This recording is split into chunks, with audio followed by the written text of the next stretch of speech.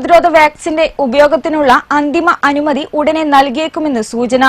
Drug controller general of India തലവൻ doctor Venugopal G Somani തന്നെയാണ് ഇതുമായി ബന്ധപ്പെട്ട സൂചന നൽകിയത്. ഈ സമിതി ഇതിനോടകം 2 തവണ യോഗം ചേർന്നു.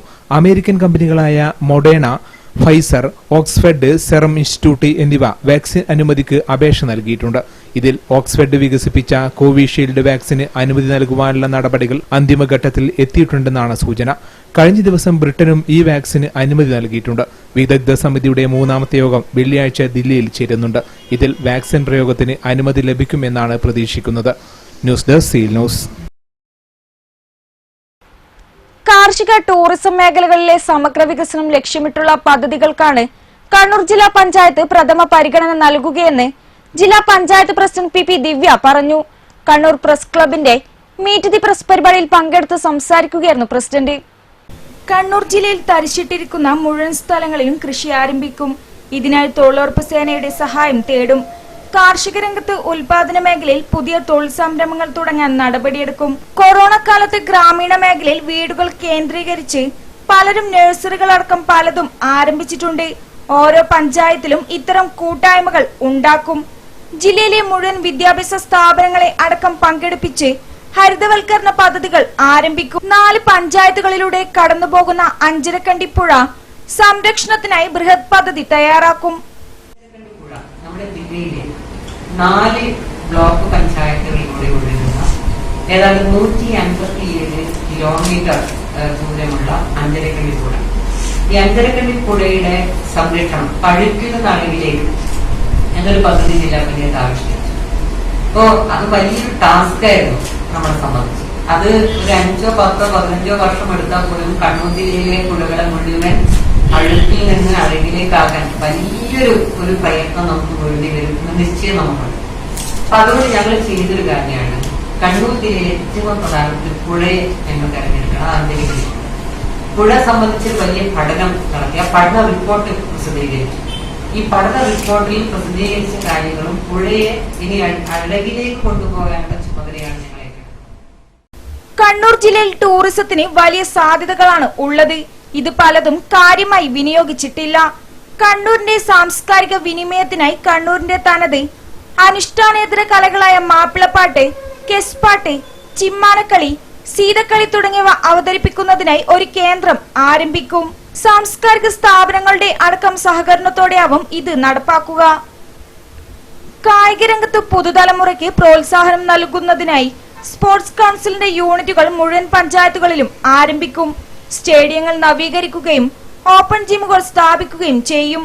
7ാം ക്ലാസ് കഴിയുമ്പോഴേക്കും മുഴുവൻ കുട്ടികളെയും നീന്തൽ പഠിപ്പിക്കുന്നതിന് പദ്ധതി തയ്യാറാക്കും. പഞ്ചായത്തുകളിൽ അടഞ്ഞുകിടക്കുന്ന മുഴുവൻ വ്യവസായ കേന്ദ്രങ്ങളും തുറന്ന് സംരംഭകർക്കായി നൽകും.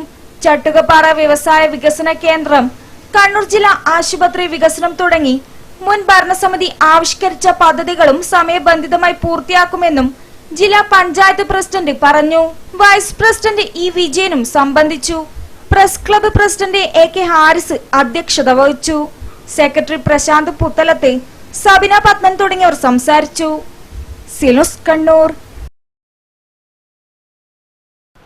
തീരദേശ പഞ്ചായത്തായ മാട്ടൂലിനെ കേരളത്തിലെ മികച്ച പഞ്ചായത്താക്കി മാറ്റുമെന്ന് പഞ്ചായത്ത് പ്രസിഡന്റ് ഫാരിഷ.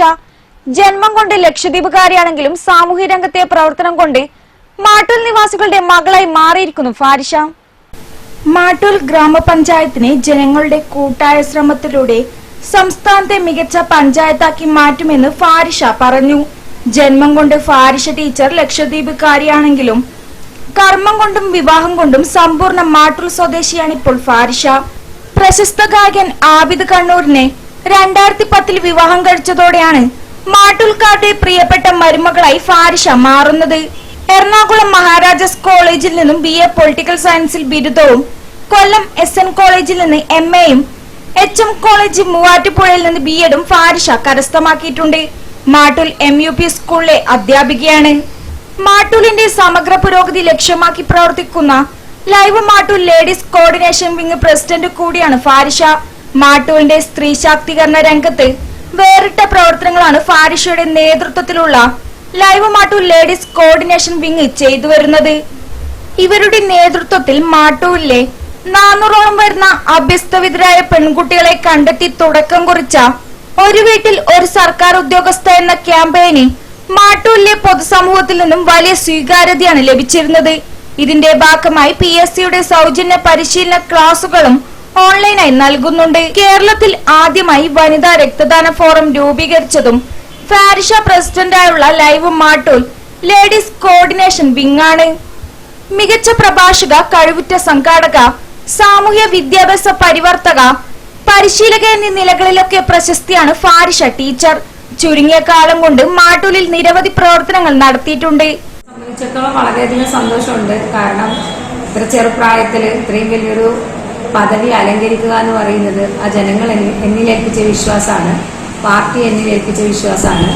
അപ്പോൾ വരും നാളുകളിൽ മാട്ടൂലിന്റെ സമഗ്ര വികസനത്തിന്, അത് ആരോഗ്യ മേഖലയായാലും ക്ഷേമ മേഖലയായാലും എല്ലാ കാര്യങ്ങളിലും കൃത്യമായ രീതിയിൽ ഇടപെടൽ നടത്തിക്കൊണ്ട് മാട്ടൂലിന് ഈ വരുന്ന 2020-25 വർഷക്കാലത്ത് ഏറ്റവും നല്ല, അതായത് ശരിക്കും പറയുകയാണെങ്കിൽ കേരളത്തിലെ തന്നെ മാതൃകാ പഞ്ചായത്തായിട്ട് ഉയർത്തിക്കൊണ്ടുവരണം എന്നാണ് ഈ ഒരു അവസരത്തിൽ എനിക്ക് പറയാനുള്ളത്. അതിനു വേണ്ടിയിട്ടായിരിക്കും ഞങ്ങളുടെ ഭരണസമിതിയുടെ പ്രവർത്തനങ്ങൾ.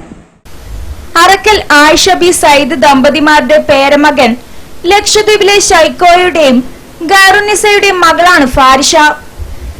സിനുസ് പഴങ്ങാടി. ത്രിതല പഞ്ചായത്ത് തെരഞ്ഞെടുപ്പിൽ വിജയിച്ച ഇടതുപക്ഷ ജനാധിപത്യ മുന്നണി ജനപ്രതിനിധികൾക്ക് മുണ്ടേരിമുട്ടിൽ സ്വീകരണം നൽകി. CPM കണ്ണൂർ ജില്ലാ സെക്രട്ടറി MV ജയരാജൻ ഉദ്ഘാടനം നിർവഹിച്ചു.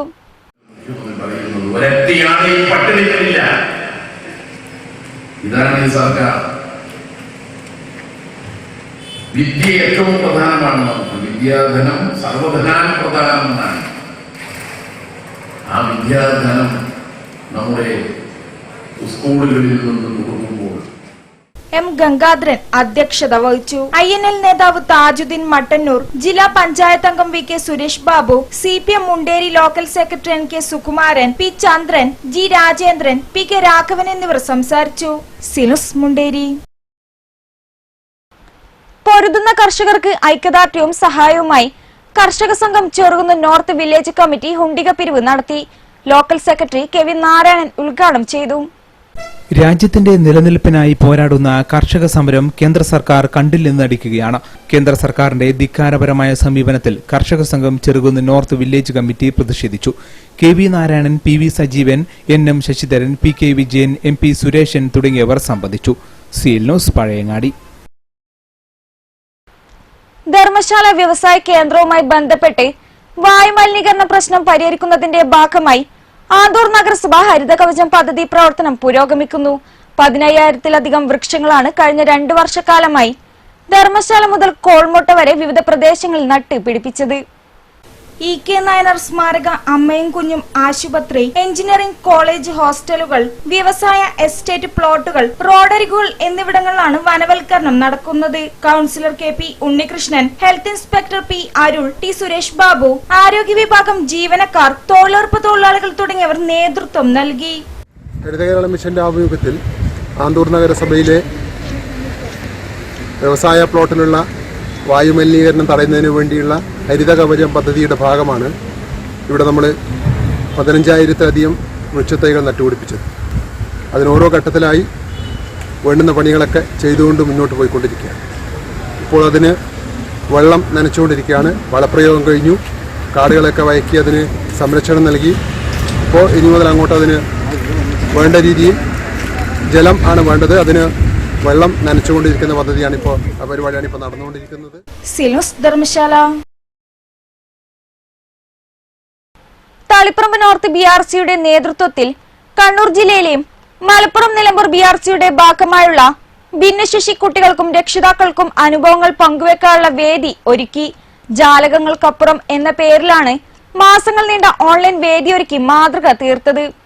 കോവിഡ് സാഹചര്യത്തിൽ കുട്ടികളുടെ കഴിവുകളും അനുഭവങ്ങളും പങ്കിടുവാനുള്ള വേദിയായാണ് തളിപ്പറമ്പ് നോർത്ത് BRCയും നിലമ്പൂർ BRCയും കൈകോർത്തുകൊണ്ട് പരിപാടി സംഘടിപ്പിച്ചത്. നവംബർ 14 മുതൽ ആരംഭിച്ച പരിപാടി ഡിസംബർ അവസാനം വരെ നീണ്ടുനിന്നു. കഴിഞ്ഞ വർഷം വരെ ജില്ലക്കകത്ത് നിരവധി പരിപാടികൾ കുട്ടികൾക്ക് വേണ്ടി നടത്തിയിരുന്നു. എന്നാൽ കോവിഡ് സാഹചര്യമായതിനാലാണ് ഓൺലൈൻ വഴി കുട്ടികളുടെ കലാപരിപാടികൾ അടക്കമുള്ള പരിപാടികൾ സംഘടിപ്പിച്ചത്.